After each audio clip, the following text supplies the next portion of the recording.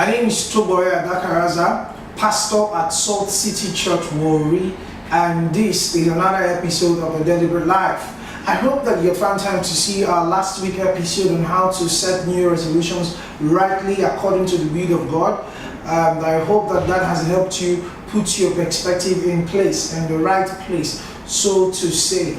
If you haven't seen it, I would advise and I would suggest rather that you take 5 minutes or 10 minutes of your time to look at our last week episode and see how it can be of help to you. I can guarantee you that it will be of immense help to you.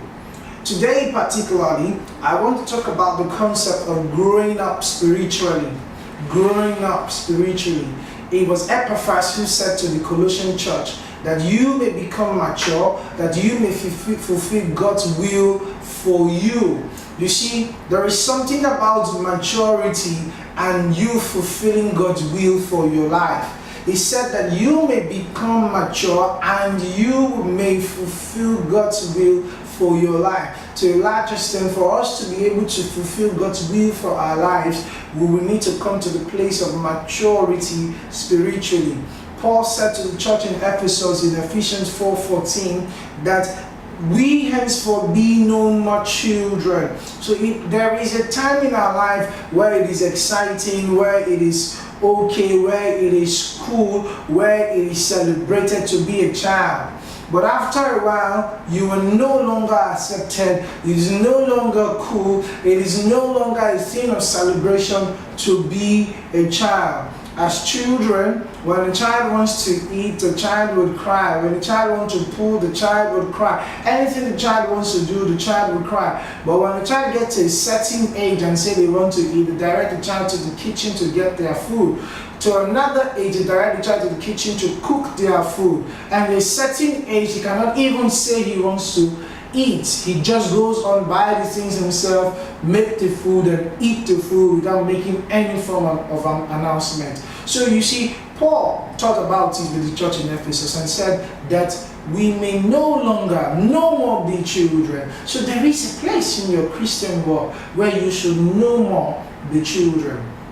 You see, the irony of the Christian life, the irony of the in fact, because of the so much hypocrisy in the Christian walk, if we have come to the point where we have to coin a phrase called practicing Christians.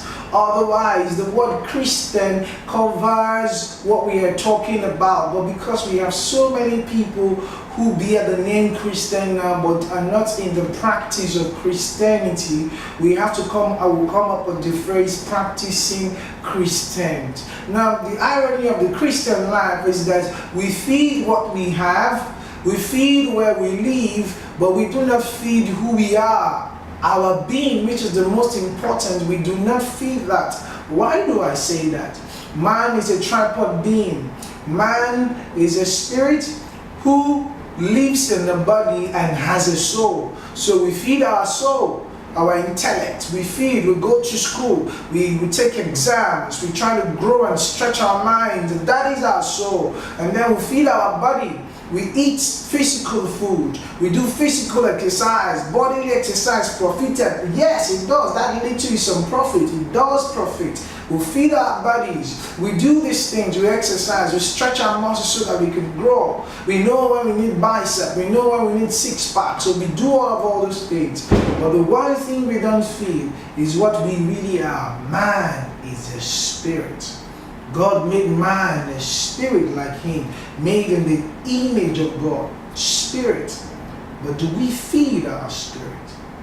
So we can no longer continue to be dwarfed spiritually. We can no longer continue to be deformed. We cannot continue to be malnourished spiritually. So we ought to grow. We can't be babies forever. We can't be babies. We have to grow to the point like Abraham and to become a friend of God. Is a mature person that you can call your friend. So before we even get into talking about how to grow spiritually, I would like to take this week particularly to clear up a few things that spiritual growth is not. And the number one thing I want to talk about is our position in Christ. You do not have to grow into becoming a Christian. Conversion is an instantaneous miracle. You see, the Bible puts it this way, that the moment your heart believes and your heart confesses, you have become a Christian. So your position as a Christian is not something that you are growing. It's something that by the grace of God you can have for the rest of your life. But what you do whilst you are in that position, what you do when you are in that position is what matters. You know how 2 Corinthians 5:17 says that if any man be in Christ, he's become a new creation. All things are passed away. The challenge now is not whether you are a new creation, which is your position in Christ. The challenge now is what the new creation that you have become does. Will that new creation forever be an infant, or what? So you see, growing up spiritually has nothing to do with your position in Christ. Number two, growing up spiritually has nothing to do with God's love for you. You know the interesting thing about this love? He loved you. He's in the past. He still loves you. He's in the present. He will love you. He's in the future. You see, Romans 5 makes us understand that while we were sinners, He loved us. When we were on the enemy side, He loved us. When we are now on this side, He still loves us. You see, God is like this Father. He loves all His children. The tongue-sucking toddler and the 6'4" warrior, both are His children, and He loves them the same way. So growing up spiritually is not you growing the love of God for you. You have nothing on that. You can't do nothing about that. So God has loved you. He will love you, and He loves you even today. Number three thing that growing up spiritually is not His time. Now this is a dicey one, so I'll take time to explain a bit. I hope you understand it. Now, how long you've been a Christian has nothing to do with how much you have grown as a Christian. So you could be a Christian for 40 years and have not grown for 40 years as a Christian. So your spirit man can be a baby for 40 years. However, time has something to do with our growth. I'll tell you what it does.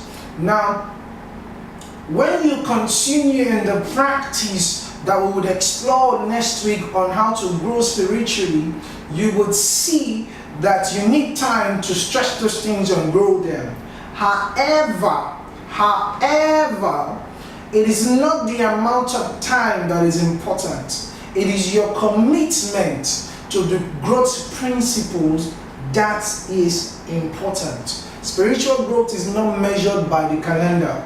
So it is not, the interesting thing is even in our daily life, there are some young people who seem to be wiser than some old people. It's not a question of age anymore. It's the mileage you have covered. So if you are born again today and you cover a long mileage, you can be more mature spiritually than somebody who's been born again since the 80s. So directly, your spiritual growth has nothing to do with your time or how long you've been born again. It has everything to do with what you've been doing since you've been born again. I hope you understand that. Now, the number 4 thing that spiritual growth is not is accumulated knowledge. And here's the thing about this. Some of us like to read stuff, but don't forget, there are people who have degrees in religion. There are people who taught us CRS in secondary school that are not Christians. They just read these things. Some people take the Bible like another textbook. And there's something the Bible says in 1 Corinthians 8:1. The Bible says knowledge puffeth up. So remember that we all have knowledge. Knowledge puffeth up. So people, it's not about you knowing things. It's what you do with what you know. So don't go to church and just have notes. Don't show us your stack of church notes or your Bible study notes rack. That is not what it's about. That's not what spiritual growth is about. What spiritual growth is about is what you do with what you know. Another thing that spiritual growth, the last thing I want to talk that spiritual growth is not, is activity. It's activity. You know, you see, it's interesting. The Bible puts it this way. In Matthew 7:22 until like 23, the Bible says that on that day, many will come to Him saying, Lord, Lord, have we not done many wondrous work in your name? What did He say? He said to them, get away from me, you workers of iniquity. Now, so it's not because you're being in church choir from your children's department. It's not because you had you were in church choir all your teenage years and you've been in church and you've been doing things. You've been the usher, you've been in drama group, you've been in a strategies thing. That is not what makes you grow spiritually. You must practice the principles that we will explore detailedly next week for you to attain the place of spiritual maturity. To end today's edition, I would like to talk about what spiritual maturity is. In 3 words, spiritual maturity is being like Christ. In 3 words, spiritual maturity is being like Christ. That is what it is. You see, Ephesians 4:13 says, until we come to the unity of faith and of the knowledge of the Son of God, unto a perfect man, unto the measure of the stature of the fullness of Christ. That's what spiritual maturity is. So you see, let's take the B part of that scripture. I'll quote that again so you understand. Ephesians 4:13, Bible says, until we come in the unity both of faith and of the knowledge of the Son of God, which is Christ, and until we come with the measure of the fullness, of the measure of the stature of the fullness of Christ in us. So we have to grow that stature of Christ that is in us. That's when we are mature. So, once again, what is spiritual maturity? Spiritual maturity is being like Christ.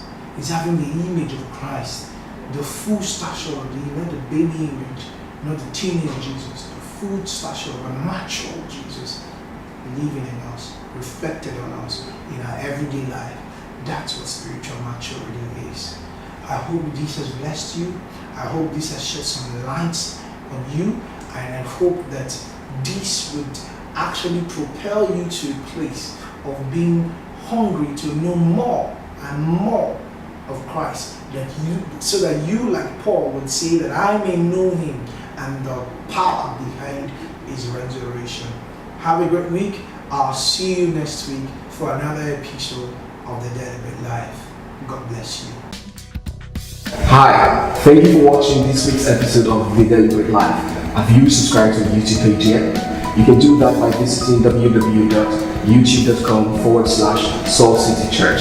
And don't forget to like, comment, and share on your social media page so you can bless the lives of others too. Thank you once more. See you next week on The Deliberate Life.